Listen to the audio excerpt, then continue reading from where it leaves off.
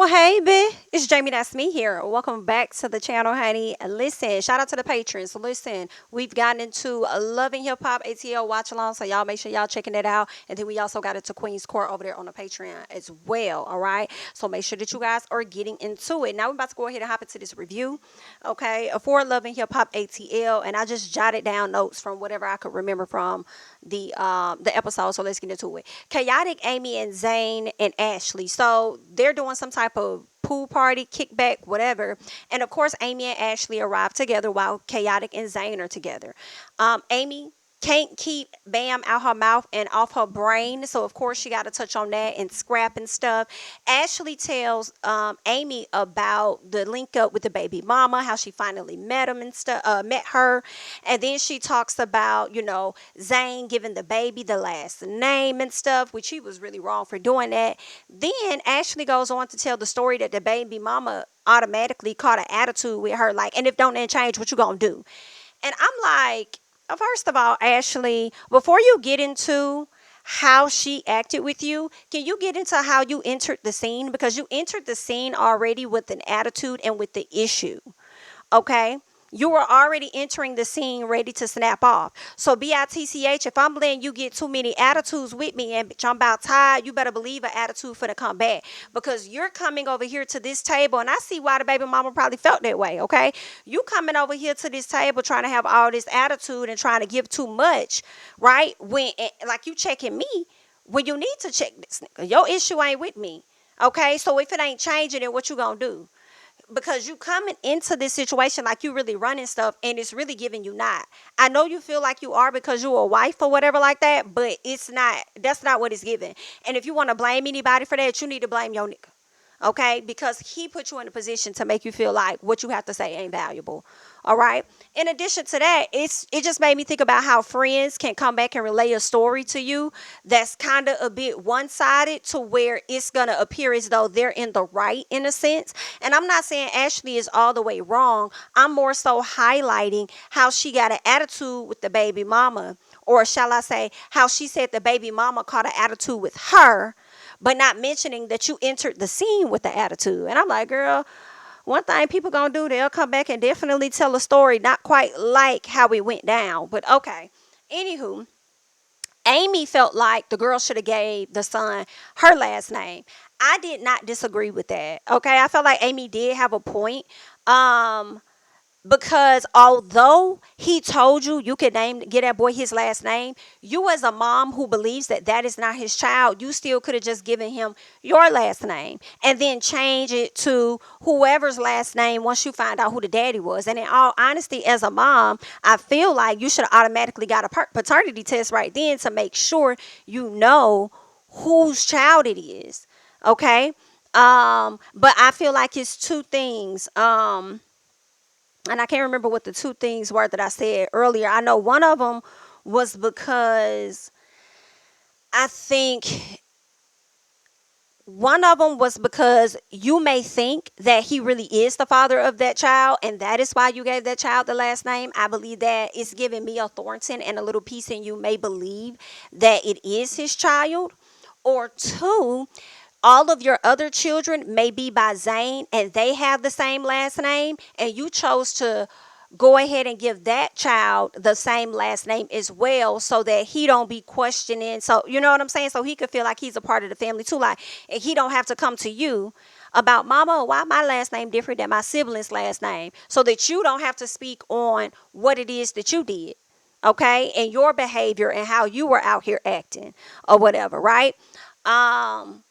So yeah, that's what I think she could have done. Either she do believe that it could be his child, or it could be that she wanted her child to have the same last name as the other kids as well. But I don't think anything would have been wrong if he would have just got your last name. You know what I'm saying? But ultimately, at the end of the day, as much as we might want to fault her and say, oh, well, you could have gave him your last name, fault that nigga too, okay? Primarily because he the one that gave her clearance and made her feel like all of that was going to be okay. And he still looks after and takes care of that boy financially. Like, girl, you need to be mad at your man. But anyway, That's that.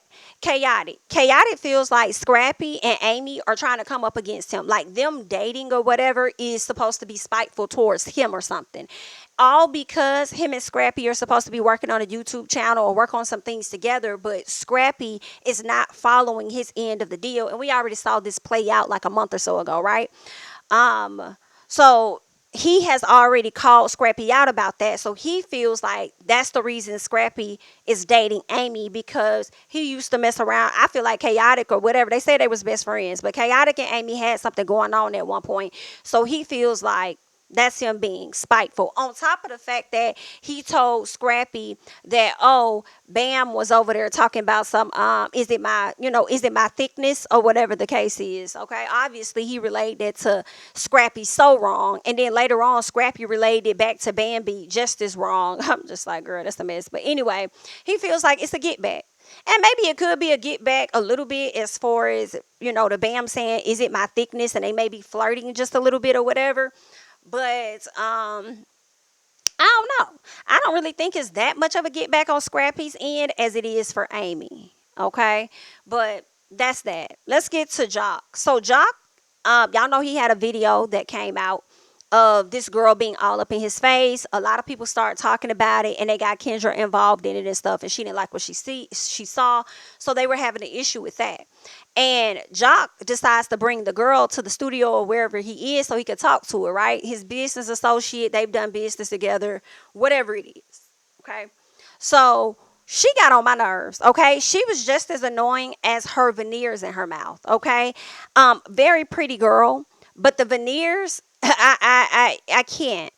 Y'all need to go to people that are going to make your veneers complementary to the shape of your mouth and your facial structure. Okay? Do a bit more research instead of flying down there to Mexico like you really doing something only to come back with a mouthful of damn chiclets. I can't. Okay? I really did not like that for her. Beautiful girl though.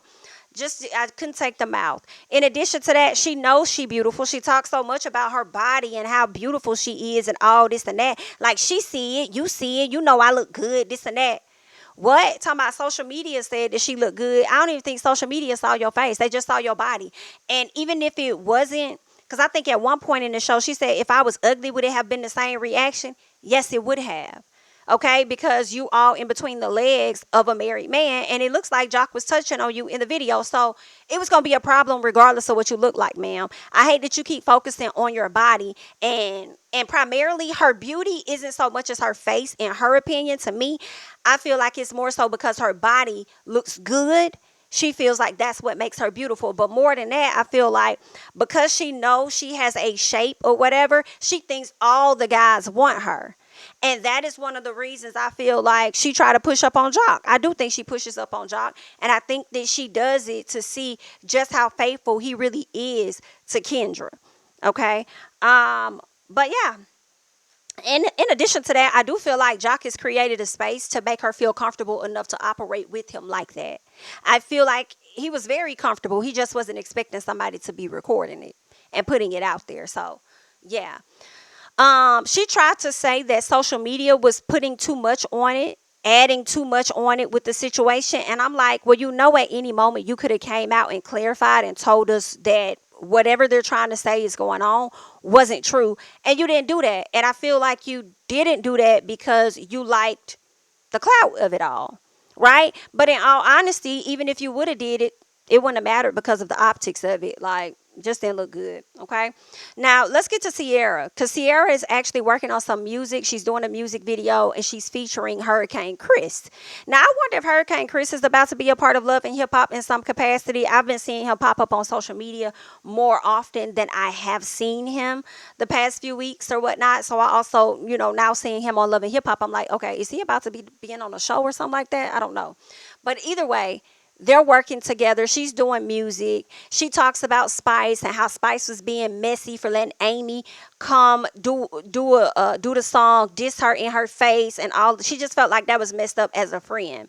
Like, you supposed to be cool with me, one of my good Judys, and you're going to sit up there and let her disrespect me like that. And then to top it off, you ain't even allowing me to be on the project at all. Bet. I got you. So now she's working on her own music. And I ain't gonna lie, to me, the music didn't sound bad at all of what Sierra was putting out there. I was thinking to myself, Sierra, you think you Miami, don't you? You think you young Miami. That's what it's giving, just a little piece. It do. You think you young Miami, but I got you. All right. So yeah, that's what they got going on. Chaotic was there as well at the video shoot, and he was talking about how he's not a part of it. She didn't ask him to be a part of the project, but by the end of the episode, we see him perform. So it looks like at some point she did ask him to be a part of the project. So okay, I guess. Anywho, so Jock and Kendra, they link up so that they can have a conversation with this business associate. She has a small talk with Jock, and she pretty much tells him, like, you already know my I think she said, I don't know if it was my deal breaker or my final straw or whatever it was she said to him. You already know how I'm coming, basically. If you're over here cheating on me and playing in my face, we're done. And I'm just like, Kendra, girl, you know you can leave, right? You know you don't have to stay. If you are unhappy, you don't have to stay. And honestly, Kendra, it is giving from these episodes that you were truly unhappy with this man. That's what I feel. And to say that you're gonna freeze your eggs, I don't believe you want children with him right now. And I also don't believe that you believe the relationship is gonna last within the next 3 years. And that's the reason you're saving your eggs primarily for the next person. And I just feel like you should just let go of the marriage in a sense. Like, it just seemed like every time you look up, he laying you down. So why are we here? Okay. So she goes outside. She's ready for some action. She talks to the girl and asks her, like, yo, why you ain't give me no explanation? Like, why you ain't hit me up? Like, why you ain't try to clear up nothing that the shade room put out there? And the girl felt like, they were doing too much, and she felt like she didn't have to do that, and she don't owe her nothing or whatever. I guess she feel like Jock owes her something. And Kendra's like, but you've done business with my family. Okay. We talk.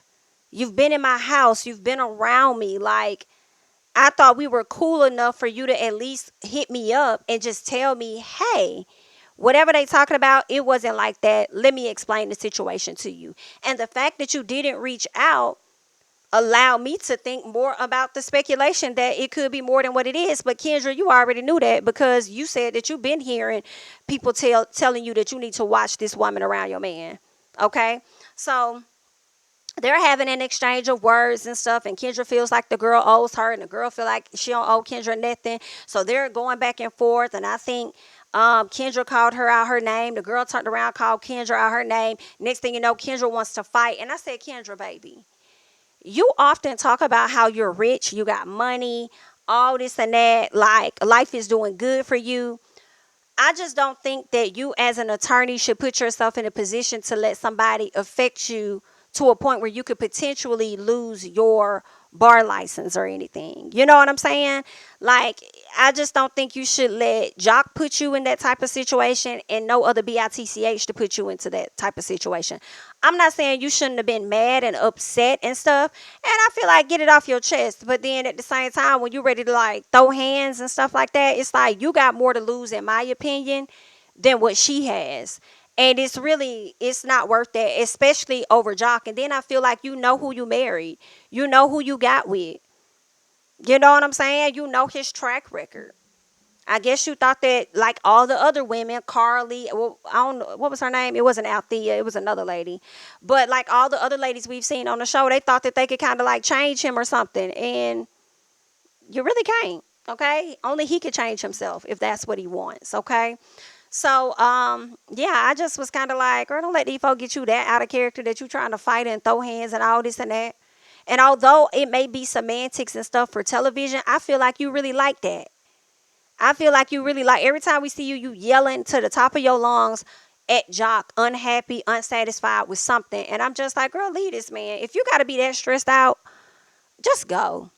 Girl, you can do bad all by yourself. Just go. Okay? It ain't got to be all this now. If she want them, she can have them.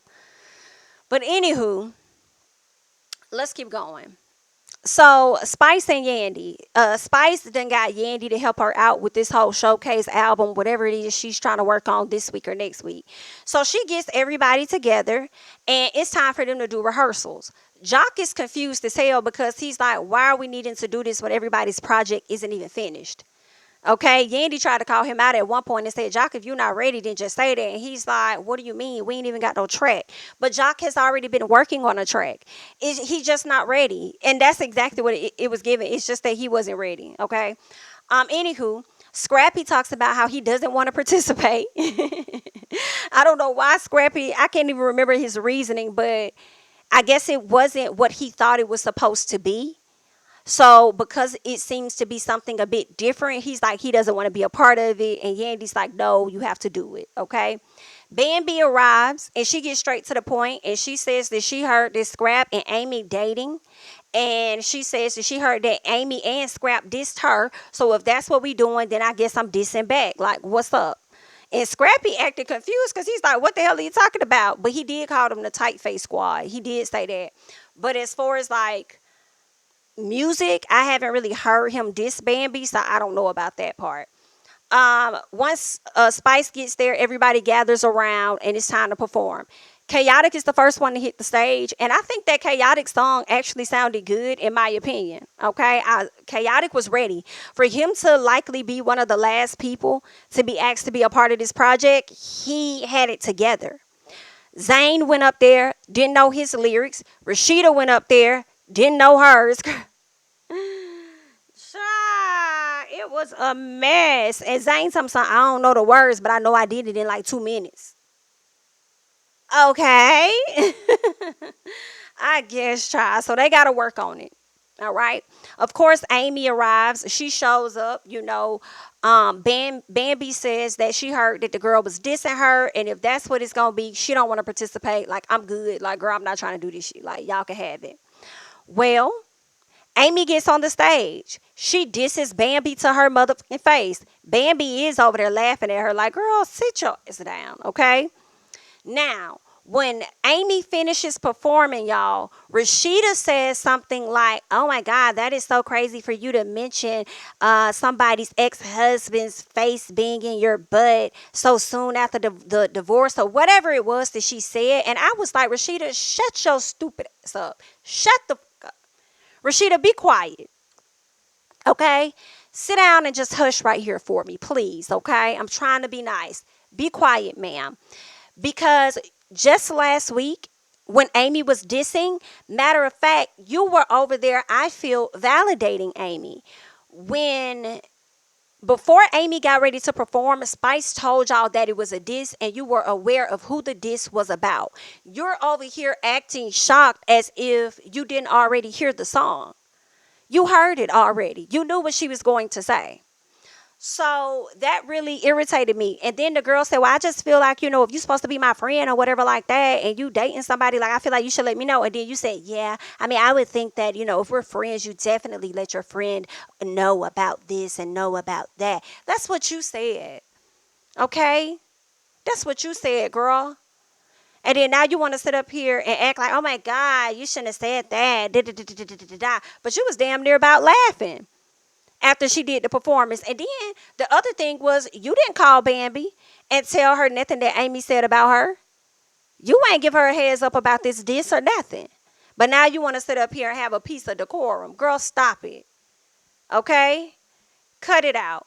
Anywho, Bambi gets on the stage and she disses Amy right in her damn face, okay? She disses her right back. Like, girl, the only reason why you could get him is because I left him. B-I-T. And yeah, your body T, but is your body going to be as T as mine after you give birth to them kids? Because I done gave birth to 3 of them, and it's giving washboard over here. Okay? Girl, she was out there cutting up now. I think they both did good in their disses. I'll be honest. I do. I don't think Amy had a bad one, and I don't think Bambi had a bad one. I just think that is bad for this album. Put that shit on a mixtape. In my personal. Scrappy's reactions to Bambi eating Amy up had me hollering. His facials was so funny. Matter of fact, the way they put the cameras on everybody as they were reacting to Amy and Bambi was hilarious. Bambi gets off the stage. Amy over there like,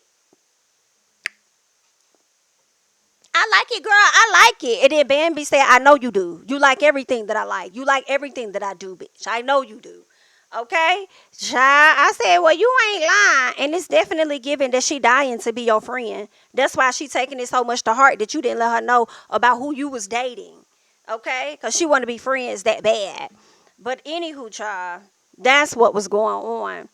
And then at the end of the episode, Reenie does have her baby. Now we did see her have the baby shower earlier, and that was really nice. And then she ended up giving birth to a little boy, and he was so adorable. All them kids got that Reenie nose. All of them got that Reenie nose. They just so cute. She has some beautiful children. Yeah. So she said that she's gonna be taking a break. So I guess we won't see her for the rest of the season, but maybe we'll see her next season potentially. We'll have to wait and see. But how it sounded was like she was going to take a break from the show for the rest of the season. So, congratulations to Reenie and good luck. All right. But I just wanted to come to y'all real quick, give you this review on Love and Hip Hop ATL. Go ahead and share your thoughts and comments about the episode down below. I am Jami, that's me. Don't forget to like, comment, subscribe, share my videos. Follow me on Instagram and on Twitter at Jami, that's me. And I'll catch you guys in the next one. Bye-bye. My city and cul-de-sac, coming out swinging like soldier rag, leading my people like quarterback. But I study this shit, I'm an almanac. Had to get up and grind. Knowledge is booming, I'm here to apply. Came with the chip and the dip, it just single the mind. We finna do more than survive. I need my check. Spinning the block for the Gouda, we hitting the jeweler to flood out the net. We don't do beef on computers, I'm straight out the sewer. We come when you rest. Niggas be looking perplexed, so keeping my foot on their neck. No map, I trust my gut for the quest. But drama, I'm fully abreast. I was ready for years and they died of me. All of a sudden they tell me they proud of me. I've been dropping these haters like calories. Cross them out, I came back with some boundaries. Stand for my honor, but too raw, no corner. Packing the stick with a drummer. Wanna catch my bad, won't fumble. I done came too far to be humble.